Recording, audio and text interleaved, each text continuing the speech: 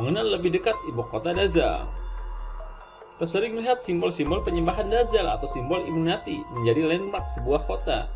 Arsitektur bangunan seperti Al-Seing Eye atau simbol mata satu yang mengawasi, atau fungsi piramida serta simbol tugu tunggal alias obelisk menjadi ikon yang menarik dari sebuah kota. Namun, tak ada kota di dunia ini yang memiliki bangunan-bangunan berarsitektur Illuminati sebanyak dan sekompleks ibu kota negara Kazakhstan, yaitu Astana. Kota ini dipenuhi dengan simbol-simbol arsitektur okultisme yang berasal dari ajaran pagan tertua di dunia, yaitu penyembahan matahari atau sun worshippers. Astana adalah ibu kota negara Kazakhstan sejak tahun 1998. Nama Astana dalam bahasa Kazakh berarti ibu kota. Sengaja dipilih nama demikian karena mudah diucapkan dalam berbagai bahasa. Kota ini terletak di Provinsi Akmola. Jumlah penduduknya sebanyak 815.000 jiwa pada tahun 2013 dan diperkirakan akan terus berkembang dalam beberapa tahun ke depan. Astana merupakan kota modern yang dibangun pada abad ke-21, menggantikan ibu kota lama dari Kazakhstan yaitu Almaty. Lalu, mengapa Kazakhstan begitu berniat mempersiapkan diri untuk kedatangan Dazal? Sebenarnya tidak ada yang salah dengan penduduknya, karena sebanyak 70% penduduk Kazakhstan sendiri merupakan penganut agama Islam. Hanya satu orang saja yang menjadi konseptor pembangunan Kazakhstan, dan juga kota Astana, yaitu sang presiden Nursultan Nazarbayev.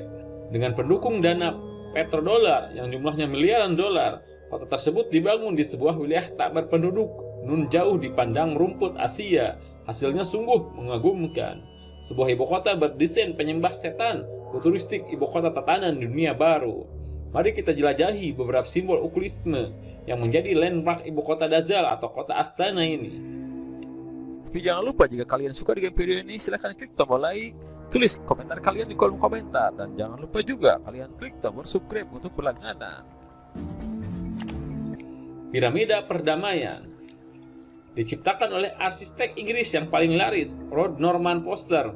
Kehadiran piramida raksasa ini terasa aneh di tengah-tengah padang stepa Asia yang luas, dan bangunan ini memiliki makna penolakan kekerasan dan untuk menyatukan agama-agama di dunia. Norman Foster mengatakan bahwa bangunan ini tidak memiliki simbol agama tertentu untuk merangkul semua manusia tanpa memandang apa agama mereka. Padahal simbol-simbol yang ada di bawah itu sangat syarat dengan ajaran okultisme. Di zaman Nabi Musa alaihissalam dan Nabi Sulaiman alaihissalam. Menurut Manly V.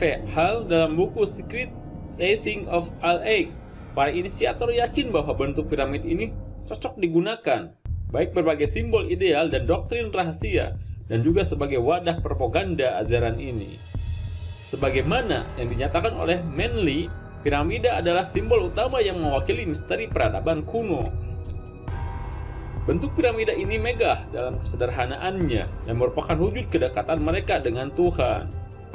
Para peneliti dunia saat ini merupakan pewaris dari ajaran pagan kuno, namun menggunakan piramid sebagai simbol kekuasaan mereka di dunia modern saat ini. Jika tidak, mengapa seluruh dunia berlomba-lomba membangun bangunan megah dengan karakter arsitektur seperti ini? Mengapa mereka tidak meninggalkan arsitektur berbasis kebudayaan lokal masing-masing saja? Ketika kita masuk ke dalam bangunan-bangunan tersebut, Anda akan melihat ruang opera yang luas. Kemudian Anda akan melihat tepat di atas gedung opera adalah ruang utama dari piramida. Seluruh pemimpin dunia akan berkumpul di sini, terlepas dari apapun agamanya, untuk menyatukan visi menyambut sebuah era baru. Plafon ruangan itu didekorasi menggunakan simbol matahari yang merupakan referensi dari dewa Ra. Bait Serek juga dirancang oleh arsitek Inggris terkemuka Sir Norman Foster. Monumen ini dimaksudkan untuk menggambarkan cerita rakyat tentang pohon kehidupan mistis dan burung ajaib kebahagiaan. Burung itu bernama Samruk, yang meletakkan telurnya di celah antara dua cabang pohon poplar. Telur dan bol emas di puncak bangunan ini lagi-lagi merupakan penggambaran matahari sebagai dewa tertinggi. Jika kita masuk ke dalam gedung yang berbentuk telur itu, kita akan melihat sebuah meja yang di atasnya terdapat simbol piramida dan terdapat ukiran bekas tangan Presiden Kazakhstan, Nurbayev.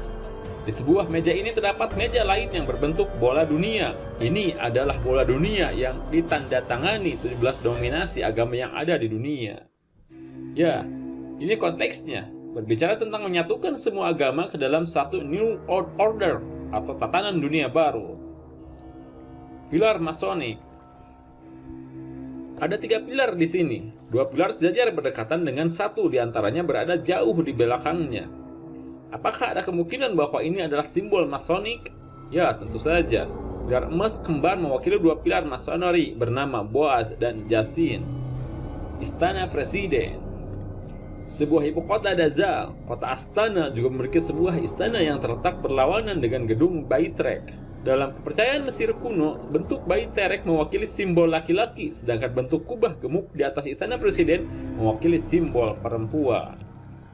Sebagai salah satu anggota elit dunia, Presiden Kazakhstan seolah ingin menyatakan kontribusinya dalam pembentukan tatanan dunia baru. Ya, kota Astana merupakan bukti persembahan Presiden Nursultan Nazarbayev menyambut datangnya Dajjal.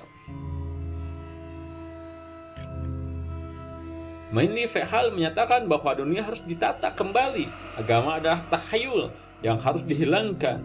Raja atau khilafah adalah orang-orang bodoh yang hanya menakuti rakyatnya. Pada tahun 1818, Mainly juga menulis pemerintahan bumi yang sempurna haruslah seperti yang ditetapkan oleh ilahi.